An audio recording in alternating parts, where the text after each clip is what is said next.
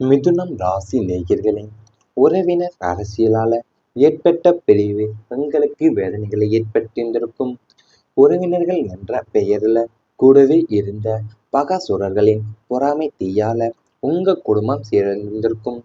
மூன்றாம் அதிபதியின் தோஷத்தால் உங்க வளர்ச்சி பொறாமைப்பட வைத்த உறவினர்கள் உங்களுக்குள் விஷத்தை விதைத்திருந்திருப்பாங்க. இல்லாததையும் பொல்லாததையும் சொல்லி உங்க சொந்த பந்தங்களுக்குள்ள விளைவை ஏற்படுத்திவிட்டு உங்களை தனிமைப்படுத்தியிருந்திருப்பாங்க. விசேஷங்களிலும் சுப காரியங்களிலுமே உங்கள் ஒதுக்கி வைத்து புறக்கணித்த போது சொந்தமே பந்தமே வேண்டாம் என்ற வெறுப்புணர்வு உங்களுக்குள்ள மேலெங்கியிருந்திருக்கும். இந்த உறவினர் அரசியலால பல நல்ல சொந்தங்களை நீங்க நிரந்தரமா இலக்க நிறுத்திருந்திருக்கும் உங்க வாழ்க்கையில. அதாவது உங்களுடைய உறவினர்கள் என்ற பெயர்லேயும் கூட இருந்த பகாசுரர்களுடைய பொறாமைத்தில தான் உங்க குடும்பமே சிதைந்து போயிருந்திருக்கும். அதாவது உங்களுடைய வளர்ச்சி உங்களோட வளர்ச்சி அவங்கள பொறாமைப்பட வைத்த போதுதான் உறவினர்கள் உள்ளுக்குள்ள இருக்கிற விஷத்தை விதைத்திருந்திருப்பாங்க உங்களுக்கு. அதாவது இல்லாதையும் பொல்லாதையுமே சொல்லி சொந்த பந்தங்களுக்குள்ளக்க பிளவையும் ஏற்படுத்தி உங்களை தனிமைப்படுத்த வைத்திருந்திருப்பாங்க உங்க வாழ்க்கையிலேயும். சொந்த பந்தமே வேண்டாம் என்கிற வெறுப்பு உணர்வு உங்களுக்குள்ள மேலோங்க வரைக்கும் அவங்க செய்திருந்திருப்பாங்க. இதனாலேயும் உறவினர் அரசியலால பல நல்ல சொந்தங்களையும் நீங்க நிரந்தரமா இலக்க நேரிட்டிருந்திருக்கும். சொத்து பங்கீட்டில் ஏற்பட்ட சிக்கல்கள் அதிக வேதனைகளை ஏற்படுத்தியிருந்திருக்கும். செவ்வாய் மற்றும் 4ஆம் அதிபதியின் பாதக சேர்க்கையால பூர்வீக சொத்துக்கள் மற்றும் நீங்கள் சொந்தமாக சேர்த்த சொத்துக்கள்ல பெரும் சிக்கல்களும் வழக்குகளும் உருவாகியிருந்திருக்கும். நியாயமாக உங்களுக்கு வரவேண்டிய சொத்து பங்குகளை உடன் பிறந்தவர்களோ அல்லது உறவினர்களோ ஏமாற்றி பறிக்க சதி செய்திருந்திருப்பாங்க. நியாயத்தை கேட்க போன இடத்துல உங்களுக்கு அநீதியை கிட்டியிருந்திருக்கும். வாழ்க்கையில சொத்துக்காக நீதிமன்ற படிகளை ஏற வேண்டிய சூழல் உங்களுக்கு உருவாகியிருந்திருக்கும். நிலுவையில் இருந்த சொத்துக்களால பண விரயமும் மன உளைச்சலும் மட்டுமே எஞ்சியிருந்திருக்கும். வாழ்க்கையில உங்களுடைய சொந்த உழைப்பால உருவான சொத்துக்கள் கூட கை நழுவி போகிற அபாயத்தை நீங்க சந்தித்திருப்பீங்க உங்க வாழ்க்கையிலையும்.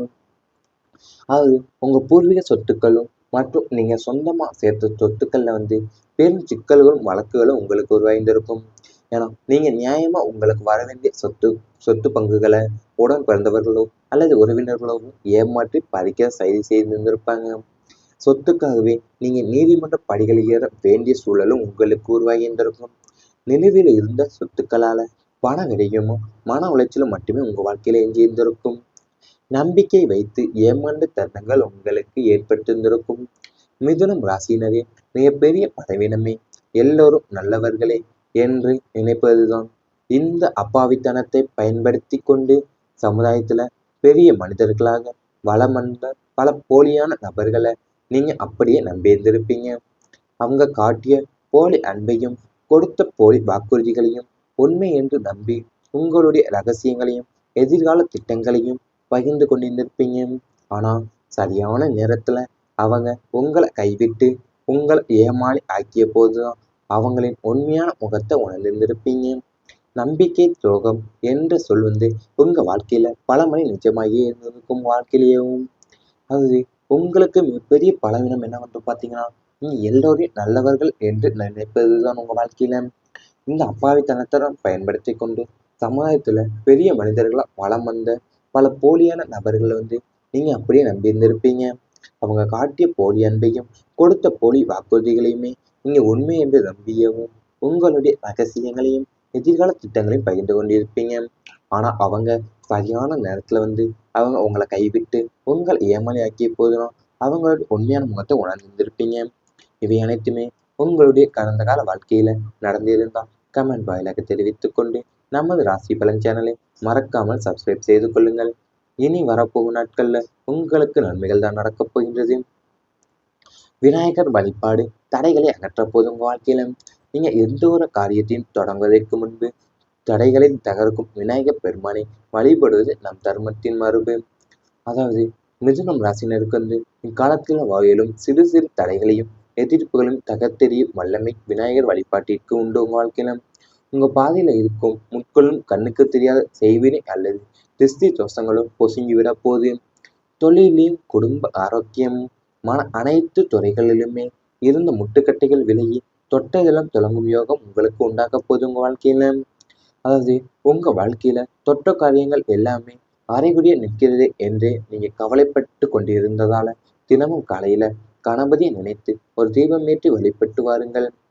அதாவது உங்க வாழ்க்கையில நீங்க தொடர்ற காரியம் எல்லாமே தொடங்குவதற்கு முன்பே தடைகளை தகர்க்கும் விநாயகப் பெருமானை நீங்க வழிபட்டு நம் தர்மத்தின் மரபு, அதாவது நீங்க உங்க இக்காலத்துல சிறு சிறு தடைகளையும் எதிர்ப்புகளையும் தகர்த்தெறியக்கூடிய வல்லமை விநாயகர் வழிபாட்டிற்கு உண்டு உங்க வாழ்க்கையில. அது உங்க வாழ்க்கையில நீங்க தொட்டது எல்லாமே எல்லாம் அரைகுறையா நிற்கிறது என்று நீங்க கவலைப்பட்டு கொண்டிருந்தா தினமும் காலையில கணபதியை நினைச்சு ஒரு தீபமேற்றி வழிபட்டு வாருங்கள். உங்க பாதையில இருக்கிற முட்களும் கண்ணுக்கு தெரியாத செய்வினை அல்லது திருஷ்டி தோஷங்களுமே பொசுங்கி விட போதுங்க வாழ்க்கையில. புதன்கிழமை தானம் பலனை தரப்போதும் வாழ்க்கையில.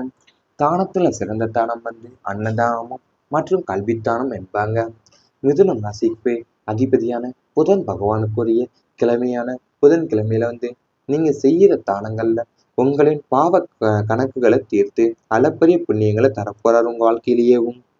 அந்த தானத்தினுடைய பலனால்தான் அவனுக்கு அதிர்ஷ்டமும் செல்வமும் பெருக்கெடுத்து ஓடியது என்பது கதையை நாம் கேட்டிருந்திருப்போம்.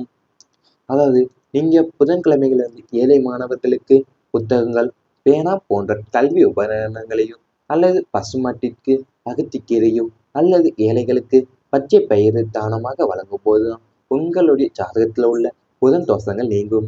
கடன் பிரச்சனைகளும் தீர்ந்து வீட்டுல மகாலட்சுமியின் கடாட்சம் நிலைத்திருக்க போதுங்க வாழ்க்கையிலேயும். அது முன்னொரு காலத்துல வறுமையில வாடிய ஒரு ஏழை தான் வைத்திருந்த ஒரே ஒரு ரொட்டி துண்டை பசியோடு வந்த ஒரு சாதுவிற்கு தானமா கொடுத்தான். அந்த தானத்தோட பலனால்தான் அவனுக்கு அதிர்ஷ்டமும் செல்வம் பெருக்கெடுத்து ஓடியது என்ற கதையை நாம் எல்லாருமே கேட்டிருந்திருப்போம். அதனால நீங்க தானத்திலையும் சிறந்த தானம் அன்னதானமும் மற்றும் கல்வித்தானம் தான் என்பாங்க. அதாவது உங்க அதிபதியான புதன் பகவானுடைய கிழமையான புதன்கிழமையில நீங்க செய்த தானங்கள் எல்லாமே உங்களுடைய பாவ கணக்குகளையும் தீர்த்து அளப்பரிய புண்ணியங்களை உங்களுக்கு தரப்போதும். புதிய வருமான வாய்ப்புகள் உங்களுக்கு உருவாக போதும். ஒரு வழி அடைப்பட்டால் பல வழிகள் இறைவன் திறப்பான் என்பதற்கு ஏற்ப மிதுன ராசிக்கு இதுவரை இருந்த ஒரே ஒரு வருமான ஆதாரத்தை தாண்டி பல வழிகளை பணம் சேரப்போதும் வாழ்க்கையில.